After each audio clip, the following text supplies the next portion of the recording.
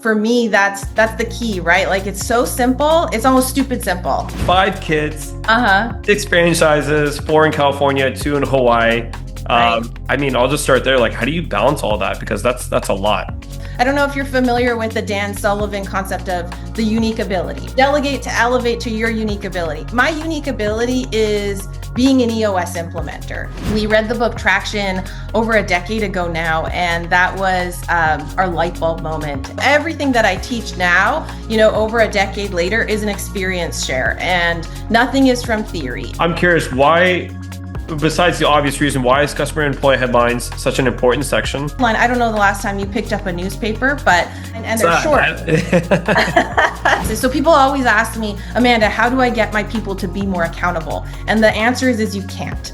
You set a rock, everyone agrees, oh yeah, this is an amazing rock, oh, we're gonna kill it, and you get nowhere near hitting the rock.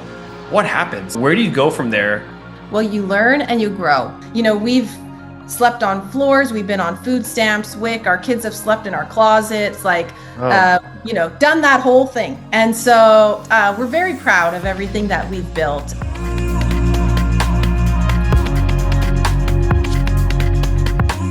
Welcome to The Show Goes On, a podcast about the people who keep businesses running behind the scenes. My name is Aamir Noorani, and today I'm joined by Amanda Barkey. An entrepreneur at heart, Amanda built one of the top 5 grossing soccer shots franchises in the US before becoming a certified EOS implementer. With over 15 years of leadership experience, she now helps business owners use EOS tools to grow faster, simplify operations, and live their ideal life. Amanda, how's it going? Great. Thanks so much for having me. Yeah, I just did a quick bio, but I want to hear more about you. So that was my version. What's your bio?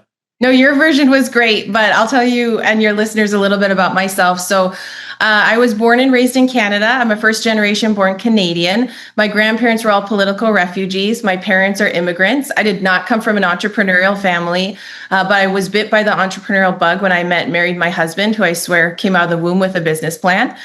Visionaries of all visionaries. So we've been living an entrepreneurial life together for the last 2 decades. We just celebrated our 20th wedding anniversary on August 20th. Congrats. So, thank you. So we've lived a very exciting life. It's been a roller coaster over the last 2 decades, as you can imagine, but moved down to the States in the early O's and started our business. We own a Soccer Shots franchise. We actually own 6 franchises, 4 in Orange County, and we've expanded our business to Oahu, Hawaii. So we own 2 Soccer Shots franchises on Oahu. We have 5 children. I had 4 kids in 5 years in the startup years of our business, because why not make things just a little bit harder on us, right?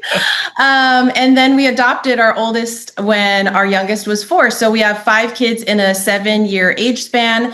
We own 3 businesses. We run our own nonprofit. We're doing donation projects in Africa. I have a school with 250 children in a rural conflict zone in Cameroon.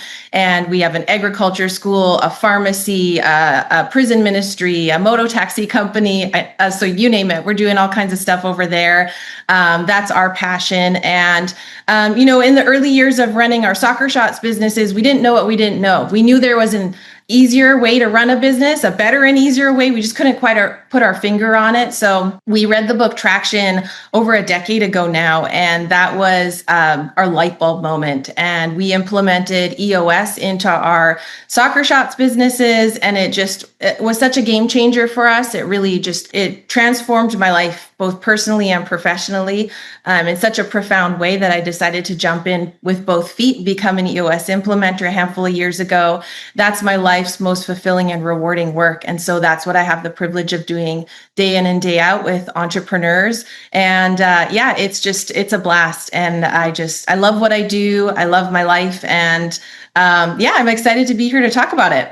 Wow, that's a lot. I'm just thinking through all that, and I'm like, that's amazing. I want to get into how you balance all that out, but married for 20 years, your kids are within a 7-year age gap, 5 kids, 6 franchises, 4 in California, 2 in Hawaii. Right. I'll just start there. Like, how do you balance all that? Because that's a lot. Yeah. People ask me that all the time. How do you do it all? And honestly, it's EOS. I've EOS'd my life. No surprise. But We were chatting before the podcast started recording, and we were talking just about EOS and how what a beautiful system it is and how simple it is. And I think that for me, that's the key, right? Like it's so simple, it's almost stupid simple. And I've been able to apply it to every part of my life, my for-profit businesses, my nonprofit, and even my family. So we run on EOS, and that's how we do it all. That's amazing. So how do you get your family on EOS? Like how does that all work? Yeah, well, so we have this tool with EOS or in EOS to strengthen, EOS. So I'm just going to back up a minute. Yeah. EOS is designed, it's the entrepreneurial operating system, and it's designed to strengthen the 6 key components in your business: vision, people, data, issues, process, and traction. And to the extent that you can strengthen those 6 key components in your business, you can run a better business, live a better life. And so we've applied that to our family life, to our personal life. And we have used the tools and disciplines, and they're flexible tools, and we've kind of manipulated them a little bit. And so, when I'm teaching a leadership team to use the EOS tools in their business to strengthen the vision component, the first tool that we use is called the Vision Traction Organizer, VTO for short. And that's when you answer 8 simple questions to get on the same page with your vision and your plan. We've used that in our family. So we've, finagled it a little bit. It's not the exact same. Obviously, we don't have a marketing strategy for our family, but every family needs a marketing strategy. Right? But we've gotten on the same page with the important stuff. What are our core values? What's our core focus? Where are we going long term? What's our long-term energizing goal? What are the issues in our family? So that's really interesting when you have an issues list and your 12-year-old is putting it's posted up on the fridge. Oh, that's so sweet. Those issues can be, they can cause a little commotion, but we have a family meeting, right? Like, so we're running our family using these tools, and just makes things move along more efficiently and effectively, helps us to all get on the same page and to get more of the most important stuff done. And be aligned as a family. So that's where we kind of started. And, we're using different tools in different ways. Like I said, they're flexible, but they're totally applicable. Yeah. No, I love that you're bringing that structure and organization to your family life. But when you got started with EOS in the first place, was the first place you implemented it within Soccer Shots? Exactly. Yeah. So I always joke that I'm a repentant, reformed self-implementer. So 9 out of 10 people using EOS tools are actually self-implementing. And so what that means is they've read the book. You can buy the book Traction. It's like $20. Read the book. Nothing's hidden. All of the tools and disciplines, they've all been around for 100 years. They're going to be around for 1,000 more. And Gino, in his brilliance, just cobbled it all together and put it in this incredible book. And so we read that book over a decade ago, and we were like, this is brilliant. We got to do this. And at that time, we were broke as a joke. And so we couldn't have even afforded to hire an EOS implementer. I think there's so much value in hiring a third party, hiring a coach, having someone to guide you through that process. Obviously, that's what I do now. And so I'm a big advocate for it. And I've seen both sides, right? And so I can really speak to that. But when we were, first introduced to EOS, we didn't have the capacity to do that. And so we read the tools and disciplines, and we were like, okay, we're going to do this. And we really put our head down and implemented them into our own business ourselves. And just, we didn't really do a very good job at it, but what we did do, like the little that we did, chipping away at our business and really working on our business, taking the time to work on it rather than in it, made such a difference. Just even from implementing the level 10 meeting into our business, that was helping us to keep the circles connected. It was just such a game changer. So that's how we did it. And so everything that I teach now, over a decade later, is an experience share, and nothing is from theory. And so I think that really helps me when I'm working with entrepreneurs. I've been in their shoes. And so I can really relate to them, and we can get on the same page a lot quicker, I think, than if I hadn't gone through that process myself. Yeah, I feel like that resonates, especially when you talk about it's not theory, it's experience too. This is something that you lived throughout that journey, and you still have Soccer Shots, correct? Yeah, exactly, for sure. So my husband and I, where I'm currently, when we're talking right now, I'm in Hawaii. We live full time in Hawaii. We just moved our family over here this summer. Actually, it's been our second home for a handful of years. But like we've EOS'd our life. And so around Christmas time, but the week between Christmas and New Year's, my husband and I really hunker down and we plan the year. We do annual planning for our family. And we were doing that this past Christmas break, and we got to summer break and we were looking at the calendar for the school year.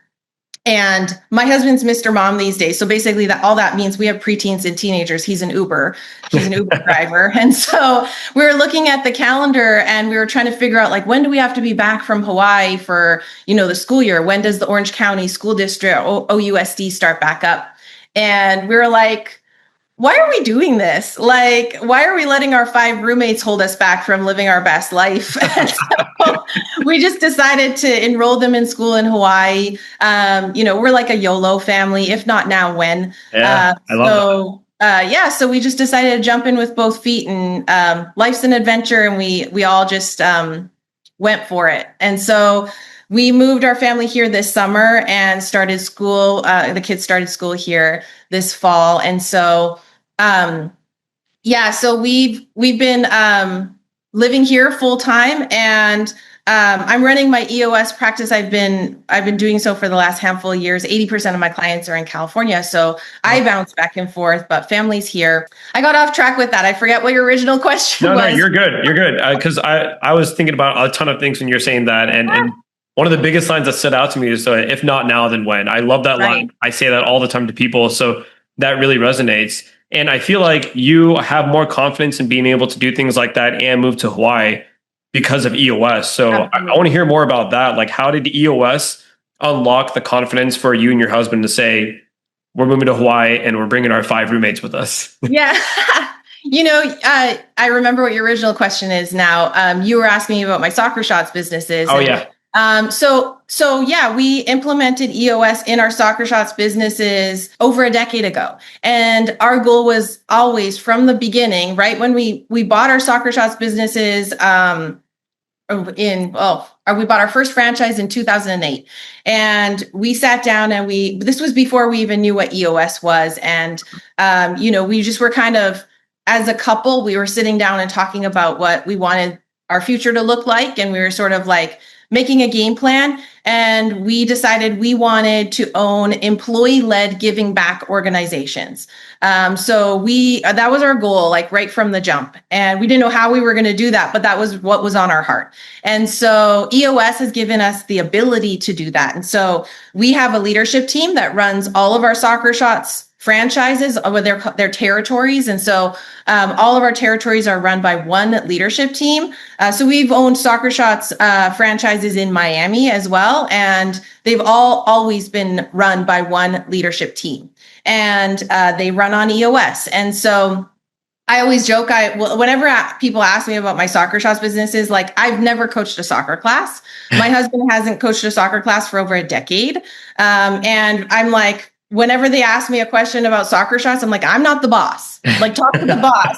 And the bosses are on the leadership team. Like, I'm sitting in the owner's box, and that's exactly where I want to be, because I don't know if you're familiar with the Dan Sullivan concept of the unique ability, right? Yeah. And so delegate to elevate to your unique ability. My unique ability is being an EOS implementer. And so whether I own my soccer shots businesses, or I own a restaurant, or I own properties, or whatever I'm investing in, like, I don't want to be doing that stuff. I want to be doing what I love to do and what I'm best at, and that's being an EOS implementer. And so running my soccer shots businesses on EOS allows me to do what I love and what I'm best at and my unique ability, right? And that's being in the session room. And so our leadership team runs our soccer shots business, and that allows us to pick up and be wherever we want to be and live the life we want to live. And Gino Wickman wrote a book called The EOS Life. It's in the Traction Library, and that's doing what you love with people you love, making a huge impact,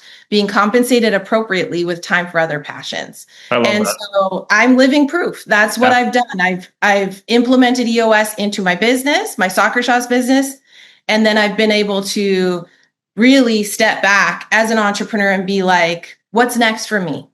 How do I live my 5 out of 5 EOS life every single day? And I have the freedom to do that. And so I'm so grateful for that. My husband is in the same shoes. So he's super passionate about our nonprofit. That's what he does full time. He manages our nonprofit work, and he's nerding out on AI right now. So he's starting a new AI company. He's always got something, he's a classic entrepreneur. Like before he's quit something, he's moving on to the next, and distracted by every shiny object. And so he has the freedom to do that. And we're super grateful for it. Like EOS has given us the freedom to do that. Yeah. No, that's awesome. So with your current business right now, do you have like a visionary and integrator within the business, or are you and your husband the visionary integrator? How does that work?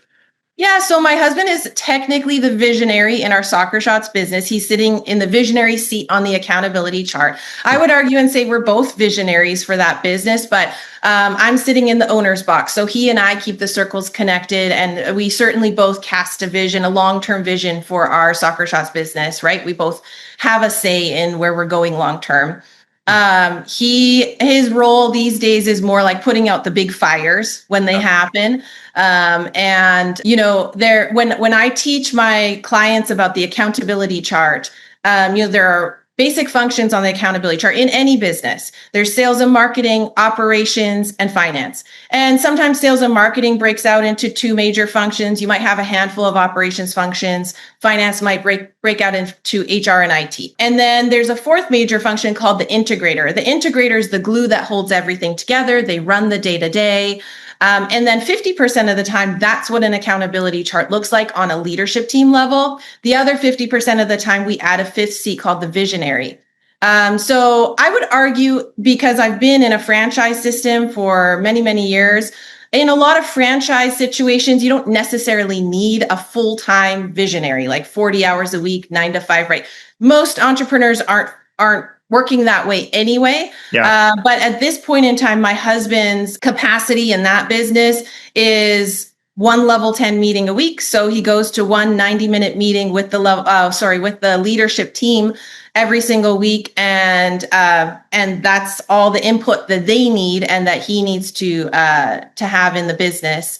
And then he and I have a meeting structure to stay connected as owners of the business with our integrator, who's in the day-to-day. And so the integrator's the boss. She's running the show, and we love it. It works really well for us. Yeah, no, that's awesome. So that's what I was curious about. You have an integrator who's working within the business, and that integrator is dealing with the comings and goings of the business and exactly keeping all the fires down here before they escalate. Yeah. Once in a while they escalate, and then mom and dad have to step in. But yeah, that's how it goes. It works beautifully. When you all have quarterly sessions, are you coming in and doing that as the implementer? Yeah. So that's actually that's kind of the caveat, right? Like if I was strictly in the owner's box, I wouldn't be in those quarterlies. But since I'm an EOS implementer, and you've got an in-house implementer, why not? Yeah. I've been running their quarterlies and annuals. Actually, so they have their quarterly coming up tomorrow, and it's going to be the first one that I haven't run for years. And so they're going at it on their own. And that's the goal too when I work with clients, whether it's my own business or another business in any industry, any business, the goal is to graduate a client. The goal isn't for any implementer to dig themselves deeper into a business. It's to teach the EOS tools and then get the heck out of their way, let them run their business. I'm not a consultant. It's very clear if you look on my LinkedIn, it says Amanda Barkey, and then in parentheses, not a consultant.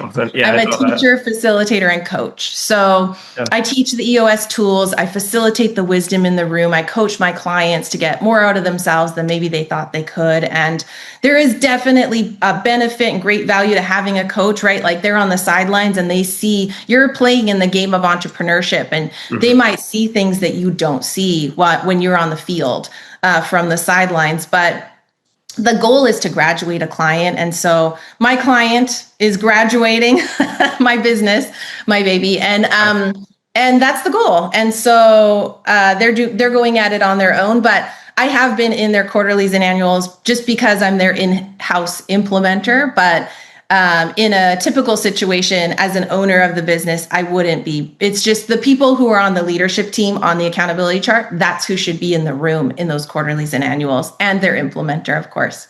Yeah, it makes sense. When you said earlier that 9 out of 10 companies self-implement, I was very surprised. I was like, wow, Really? that's a good amount. That just means that Uh-huh. there's so many companies out there that probably need an implementer.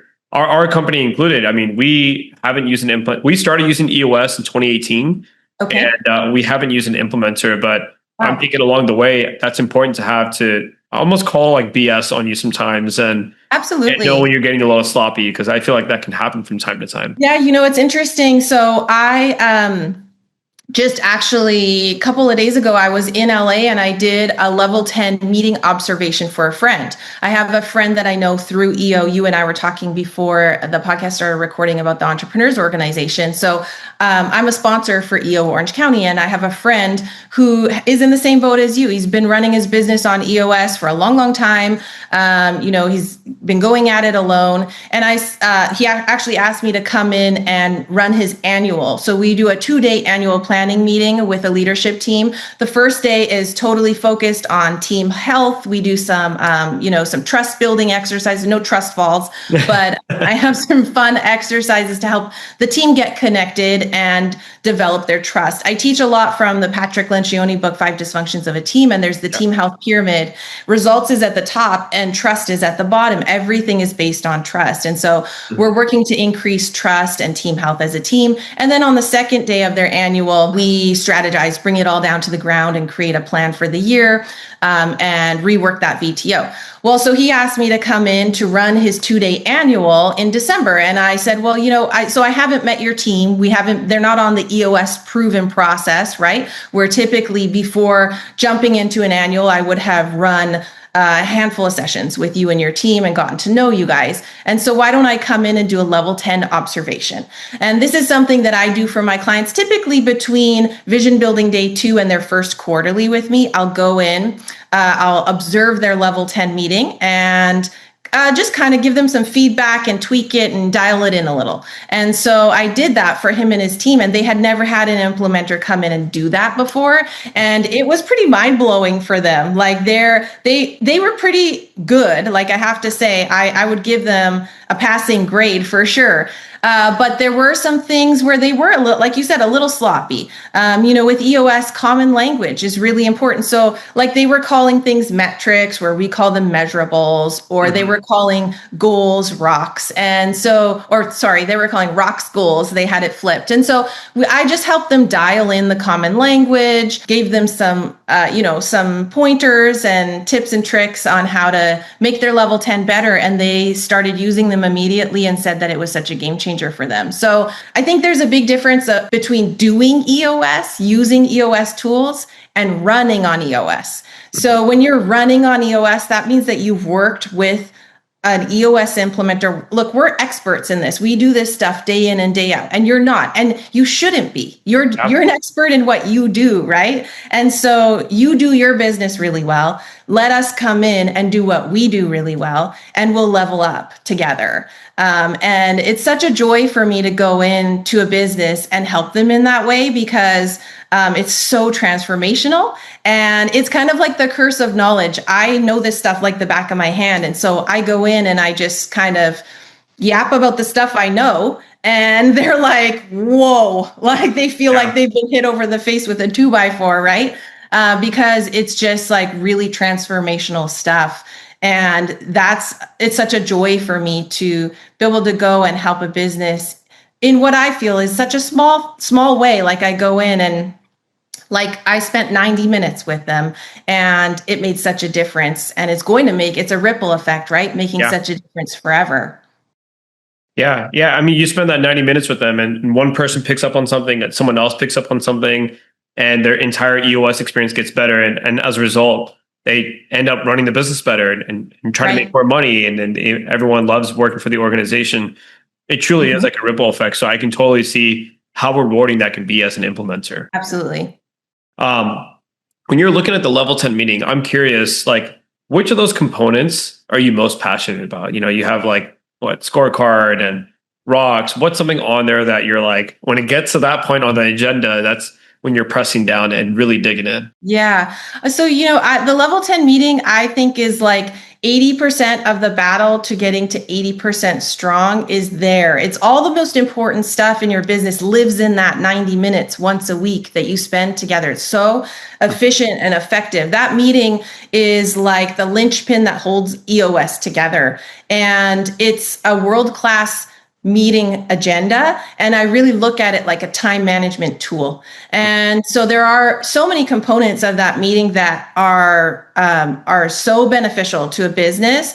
First of all, the segue when I think sometimes people skip the segue. They think like, let's just jump right in and talk about like, the rocks and the metrics and, I want to hear how we're doing. But it's really important. There's a psychological aspect. We're sharing good news, personal and professional, and really getting connected. It's kind of like a checkup from the neck up, right? Like you're out of the weeds, you're sitting down together and you're getting connected as humans. And you're checking in. And so I think that there's a really important element to the segue. And I've seen some really beautiful connection happen in a segue. And so I love that part of the meeting. And then moving into the reporting phase, you're reporting in the first, you're spending about 5 minutes on your segue, and then you spend about 15 minutes reporting only. And you're reporting on your scorecard. Those are your measurables that you're getting an absolute pulse on your business every single week.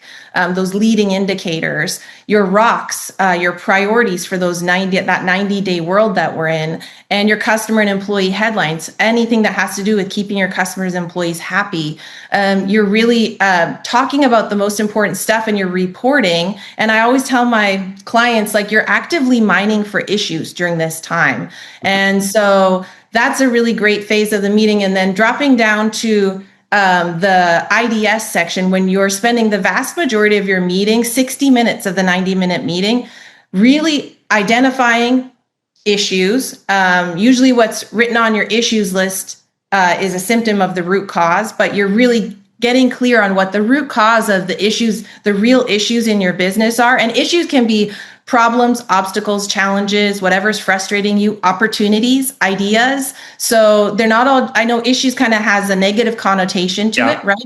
But they can be anything. Get everything. It's therapeutic to get everything out of your head and onto a list somewhere in the organization, and then really tackle that stuff, get to the root of it, discuss it briefly, with nobody repeating themselves, and then solving that issue, coming up with a solve and making that issue go away forever for the greater good of the business. It's so powerful to see people doing that process week in and week out in their business and solving 3, 6, 9, 12 issues in a single meeting and hundreds of issues over the course of a year.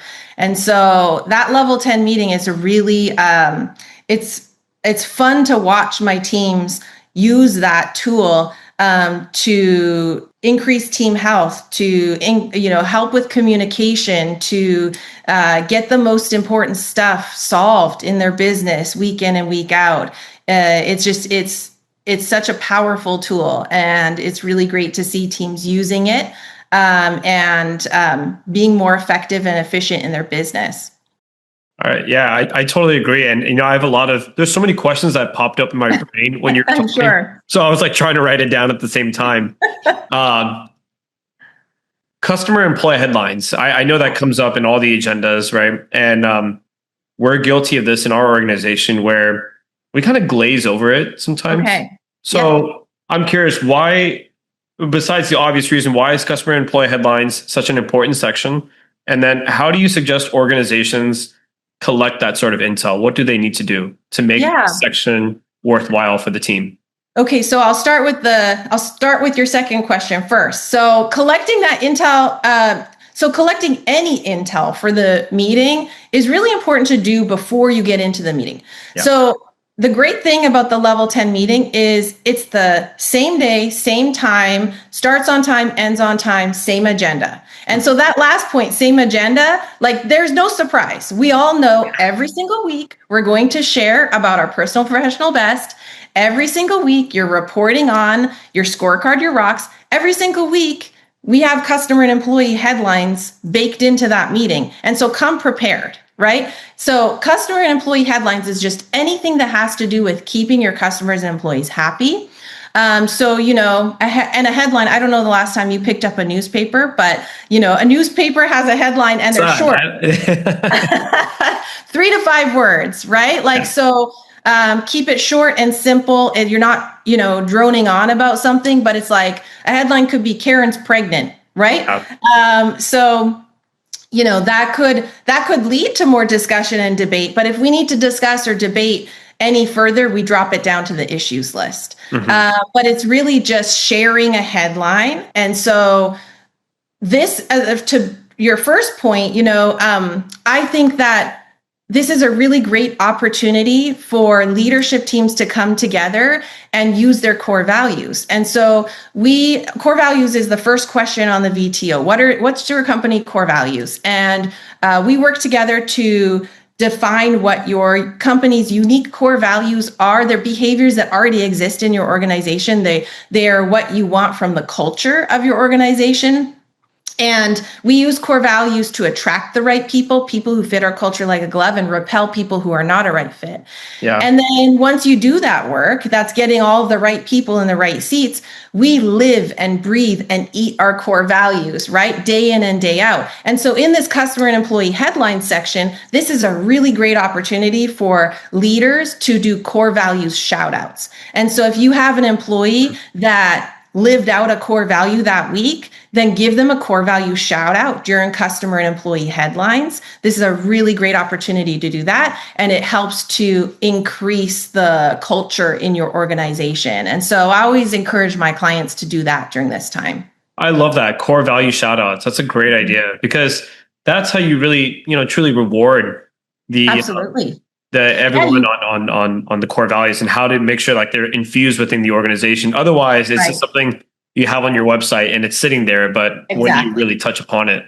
Yeah, Gino, it's kind of crude, but he likes to say that a company should reek of their core values. And it's true, it should. Like, you should be able to smell them everywhere. And the only way that you can do that is if you're using them day in and day out. And so, you use your core values to hire, fire, review, recognize, and reward. Yeah. And it's funny, like we were talking before about the humanness in entrepreneurial organizations. The people are wired differently, right? And so just like with the love language, I don't know if you're familiar with love languages, but there are love languages. And so people tend to give love the way that they would best receive it. But that doesn't always land or resonate with people, with loved ones. And it's the same thing in business. Like when you're rewarding people, it's not just about like, creating some kind of like commission package or an incentive program and giving them a bonus when they do well. Some people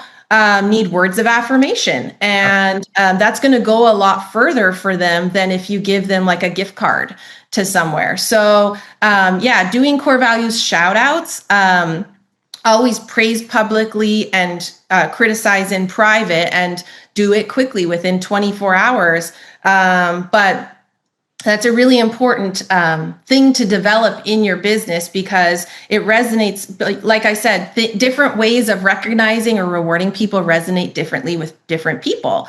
And so giving a core values shout out can be really powerful. I know for us within our EOS world, our implementer world, we do that. We have a Slack channel, and we have a section where we do core values shout outs, and we give each other karma points. And so it's really powerful.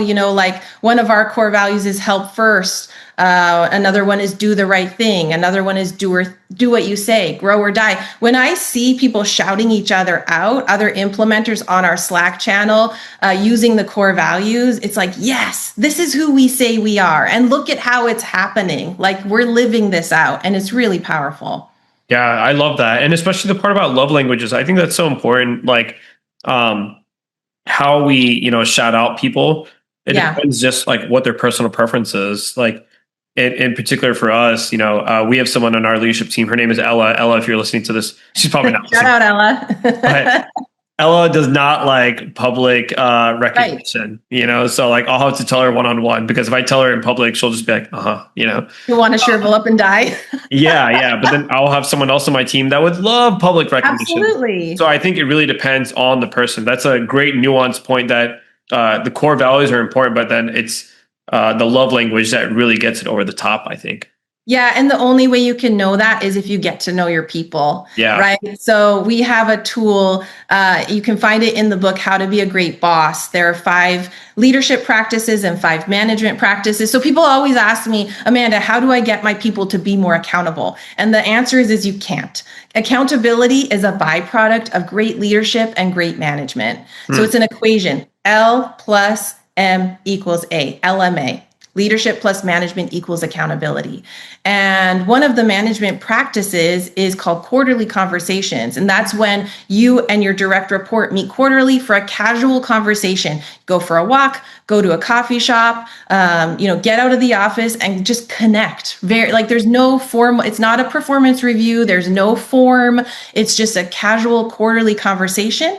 And we use another tool within that tool called the 5-5-5. And that's when you're discussing the 5 core values, their 5 roles in their function on the accountability chart, and their 5 rocks, more or less, but 3 to 7 is the rule of thumb, right? And so when you're talking about those core values, you can talk with them one-on-one, and you can really dig down deep and figure out, where they're at, and reflect. There's a little self-reflection there, and you can open up the conversation. And that's a good time in that quarterly conversation to get to know them and find out, how they appreciate being rewarded or recognized, because that's a really good point. You don't want to put somebody on blast when it makes them feel like they want to shrivel up and die. Yeah. But it's really important to get to know your people and meet them where they're at. Yeah, absolutely. You talked about rocks, and one of my questions on rocks is, this will happen. I'm sure you've seen this so many times. You set a rock, everyone agrees, oh yeah, this is an amazing rock. Oh, we're going to kill it. And you get nowhere near hitting the rock. What happens? I mean, the team's probably a little demoralized, but where do you go from there besides just, IDSing it? Like what happens after that when you don't hit a rock? Because I can kind of feel like the organization failed, or in particular, that person failed. Well, you learn and you grow. That's what happens. So it's a mindset. You have to have a growth mindset, right? And so I always tell my clients right from the jump, we're on a journey to get you to 80% strong. 100% is utopia. It's impossible. It's never going to happen. So same thing with your rocks. We're shooting for 80% rock completion percentage every single quarter. If you get 100%, great. Maybe not great. Maybe was the rock too easy, right? We have to ask ourselves that too. You have to learn from even getting 100%. But certainly if you didn't hit 80%, let's talk about it. Let's learn from it. Let's grow from it, right? So I think it's a mindset shift rather than it being demoralizing, like what really happened. And I think that's what's the most important thing, like when you're not hitting your rocks and being really real with yourselves. Like, did we set a smart rock? Was it specific, measurable, attainable, realistic, timely? Was this the right time? There are a lot of factors that go into rocks not being hit, but that's the important part about getting together once a quarter and reflecting. It's kind of like you're a team that's cutting a road through the Amazon rainforest. And if someone doesn't come up to the tops of the trees and take a look and see, are we cutting a straight line? You're going to go in this zigzag, random line, and you might get to where you want to go. It might take you a lot longer, or you might even not get to where you want to go. And so every 90 days, we come up to the top of the trees, we take a breath of air, take a look back on our last quarter, see how we did, and then reprioritize, go back into our quarter, go back into the next 90 days with a new resolve, with new objectives. But it's really important to take a moment to reflect, to learn from our last quarter, what worked, what didn't. And so I would say, don't let it be demoralizing. Let it be a moment for you to really take stock in what happened and learn from it and grow. Yeah, I agree. Well said. Um, yeah, I guess that's what it is for most organizations. It's the journey to get to 80% of the rocks. Right. Absolutely. Because, getting to 100%, that's not practical, or you set too easy of rocks then. Yeah. Right. Yeah, it could be. So, I mean, we're always shooting for 100%, but there are so many things that happen in a fast growing, fast paced entrepreneurial business, right? And so it's important for us to really get together and get real, be open, honest, vulnerable. And so for me, that's more important than the completion percentage, right? Is really figuring out what really happened and being on the same page, aligned, and getting more of the important stuff done. Sometimes people will set a rock and the quarter goes totally left, and things happen that we didn't expect, and so expect the unexpected in an entrepreneurial business, right? That's why most of us are wired, to be risk takers and to build the parachute on our way down, right? Jump out of the plane and figure it out. But it's exciting, but it also, it can veer us off course. And so it's important, like the balance is important to stay on course, but also give ourselves grace and be like, let's take stock in what happened this quarter and figure out the lessons that we can learn from this rock, either being complete or not complete. Yeah, there's so many lessons that come out of it. And along the way, you have your to-dos. So, for instance, if a team assigns a to-do and it's probably not going to get done in 1 week, does it even go on the to-do list, or what happens to it? What if it's something that's not a rock, but it's not a to-do either because it's probably going to take longer than a week? What happens to it? Yeah, so we call those milestones. So if there's something that you need to do that will help you to get that rock over the finish line, but it takes longer than a week is a 7-day actionable item that you can go and execute on within a week, right? But if it's something that that's going to take you longer, we call that a milestone. So we bake that into the rock. So if point A is here, point B is there, and that's the 90-day world that we're living in, and we've set a rock to be accomplished within that 90-day world, we can set milestones along the way to help us to execute on that rock that are longer than 7 days. And then within that milestone, there's this saying, like, how do you eat an elephant? One bite at a time. So take bite-sized chunks, right? Like out of those milestones, out of that rock. And so that you're just chipping away at it. Got it. So to-dos, milestones, and then rocks. Rock is like the big one. Milestones are the things that lead up to the rock, and to-dos are items that have to get done in 7 days. So let's say if it takes 21 days, well, then you break it up into 3 different parts and get that first part done and then assess from there. Exactly. Yep. Makes total sense. Yeah. Right. I want to go a little bit off EOS. Sure. Hawaii. Tell me about Hawaii, because that's so cool that you're living there. Like, I'm sure you get that all the time, but how did that come about? Like, how did you go about getting your second home there? And then the whole story about when you decided to just say, okay, we're moving to Hawaii. Yeah, well, it's very cool for me. I grew up in the Pacific Northwest. So I was born and raised in Canada in the greater Vancouver area. Oh, cool. So if you're not familiar, it rains from like October through June. It's like gray and dark and dreary and rainy. I'm a sunshine girl. So, I'm thankful that I don't have to spend any part of my life in front of a happy light. There are some people in that part of the world that have to sit in front of this thing called a happy light. I've never heard of that. What's a happy light? Yeah, it's like, because seasonal depression is real, right? And so, okay.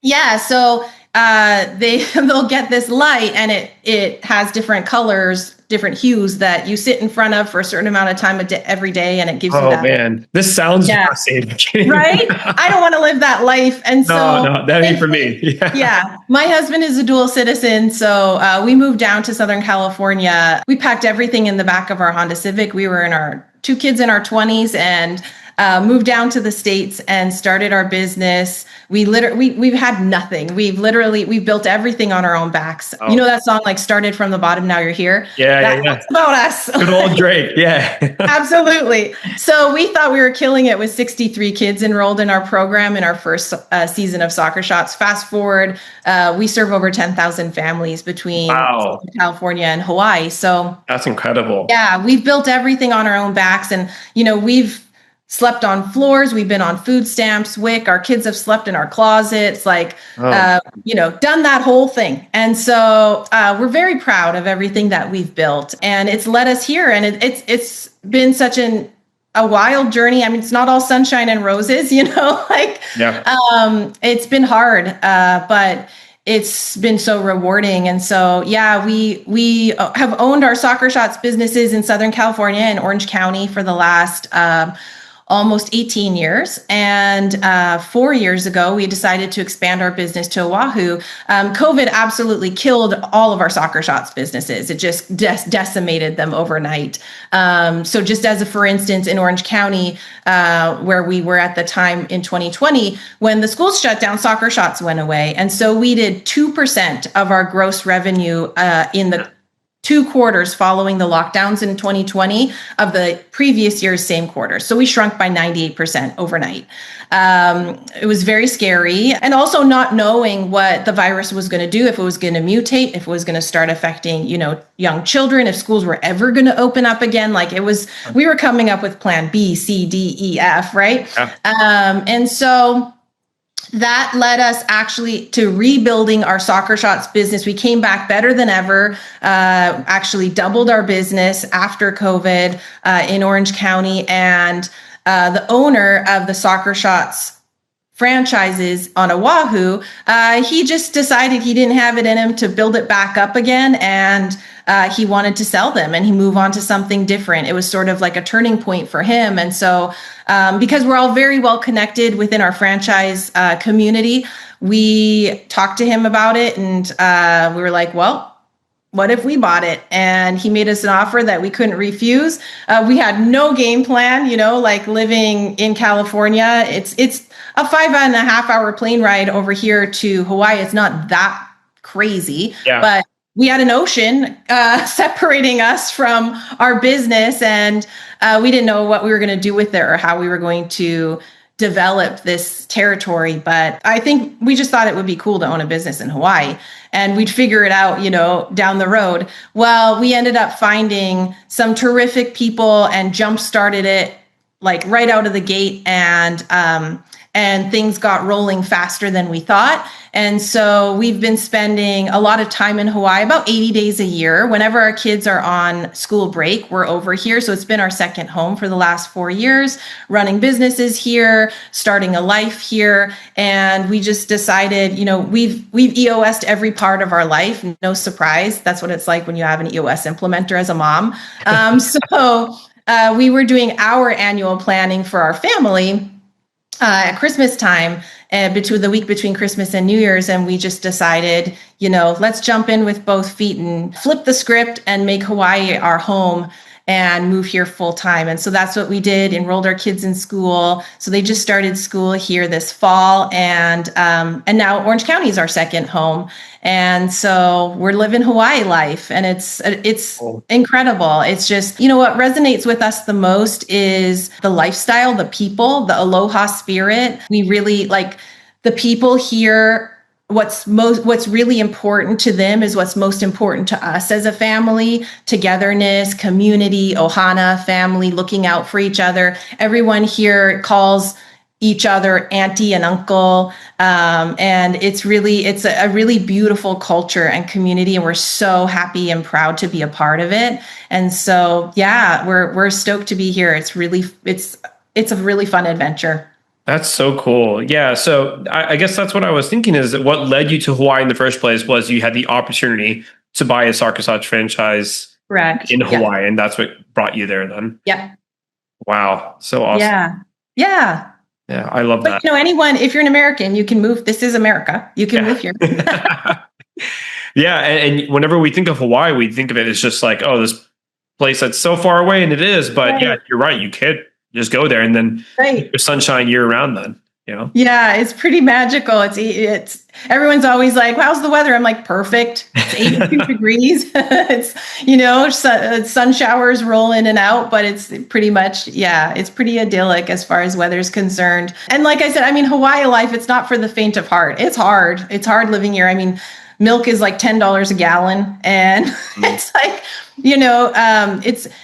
it is hard to live here. You're up against a lot of things that maybe you wouldn't be in a different part of the country. But I feel like the pros far outweigh the cons for us. It's just, you're waking up in Hawaii every day. I mean, I can't complain. It's a pretty beautiful life. One last thing that I was wondering is like during COVID, I wonder how did you have the business in Hawaii before COVID or is it after COVID? No, we actually bought it in 2022. So the same week, so EOS is actually a franchise. So as an EOS implementer, I own an EOS franchise. And so the same week that I bought my EOS franchise, my husband bought the Soccer Shots franchises here on Oahu. So that tells you what kind of wacky entrepreneurs our kids are being raised by. I love it. I love that you guys are being aggressive about it. That's great. Yeah, it's fun. I mean, like I said, we like jump out of the plane and figure out how to build the parachute on the way down. That's just how we're wired. Ask for forgiveness, not permission. We go for it. Yeah, I love it. Thanks. And you have that foundational structure of EOS to keep you grounded along the way. Right. Yeah. Kind of. It feels like you almost have like those like bouncy nets that firemen have at the bottom of a building, and they're like, jump, jump, jump. I'm going to catch you. That's what it feels like. Right. And so having that feeling allows you to take more risks and, really embrace opportunities and just go for it. I had a friend tell us one time, you guys are doers. You're not, you don't just talk about what you're going to go do, you do it. And I'm like, yeah, because we feel like we have that safety net. Right. And so, yeah, it's, if it's not fun, I don't want to do it. Like, and life is supposed to be fun. And so, we just take it by the horns and ride that bull, have fun. I absolutely love that. I love that. We're already past our time, but I'm having so much fun talking. So before we end, I'll ask you some quick rapid fire questions. I always end with favorite book. Oh, well, it's got to be Traction. Oh, no, it can't be Traction. That's a stipulation. Okay, you know what? One of my very favorite books is called Your Future Self Now. It's by Benjamin Hardy. I read that book and it really transformed the way that I thought about myself and the trajectory of my life. So Be Your Future Self Now by Benjamin Hardy. I love that. Okay. Never heard of that one. I'll check it out. Yeah, definitely do. Favorite city to travel to? Oh, gosh. My favorite city to travel to.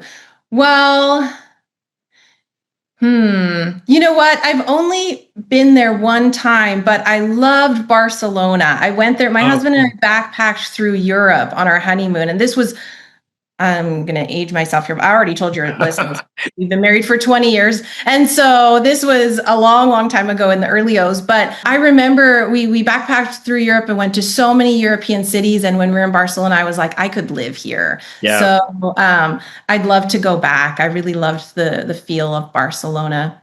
Yeah, Barcelona is a really cool city. I'd love to go back with money. And we were backpacking and we were just kids. And so it might be a different experience if I went back. But yeah, it was just... It's kind of romantic if you think about it, right? Just as kids, like wandering around Barcelona. That's fun. Yeah, it was very romantic. It was fun. Yeah. Favorite movie or TV show? Well, okay, I'm a Bravo junkie. And so for me, like when I'm going through my life and the day-to-day, I'm like, I get decision fatigue. I'm using, my brain is firing on all cylinders. I like to just like shut my brain off and watch garbage. And so my favorite TV show is probably like a Housewives franchise. Pick one. Nice. I like to just kind of shut my brain off and just watch that stuff. Yeah, fair enough. Yeah. And especially if you're just, you got a lot going on. So if you're going through everything, you kind of just need something in the background playing. Right. I don't really have a lot of opportunity to watch TV. I don't watch a lot of shows, but if I do, it's like, I'll turn something like that on and just shut my brain off for a bit. Yeah, makes sense. Thank you so much for today. This was really awesome. I learned a lot. Like selfishly, this is great for me. I'm just going through. I'm like, wow, okay, I never even knew that. So, Right. Might be time to hire an implementer. what's that? It might be time to hire an implementer. I think it's time, probably. Okay. Yeah. Well, you've got my number. Yeah, absolutely. Before we sign off, any final takeaways that you want to share with everyone? No, I mean, I'm so glad to be here. I hope your listeners found this to be valuable and beneficial. And if they want to connect with me, I'm all over social media, Amanda Barkey, like the key to the bar. I'm on Instagram, LinkedIn, I'm all over the place. And you can always email me at amanda.barkey@eosworldwide.com. I love to connect with people. So please, if you have any questions, comments, concerns, confessions, anything, just reach out. I'd love to connect. Cool. Thank you, Amanda. Appreciate you. Thank you. Thanks for having me.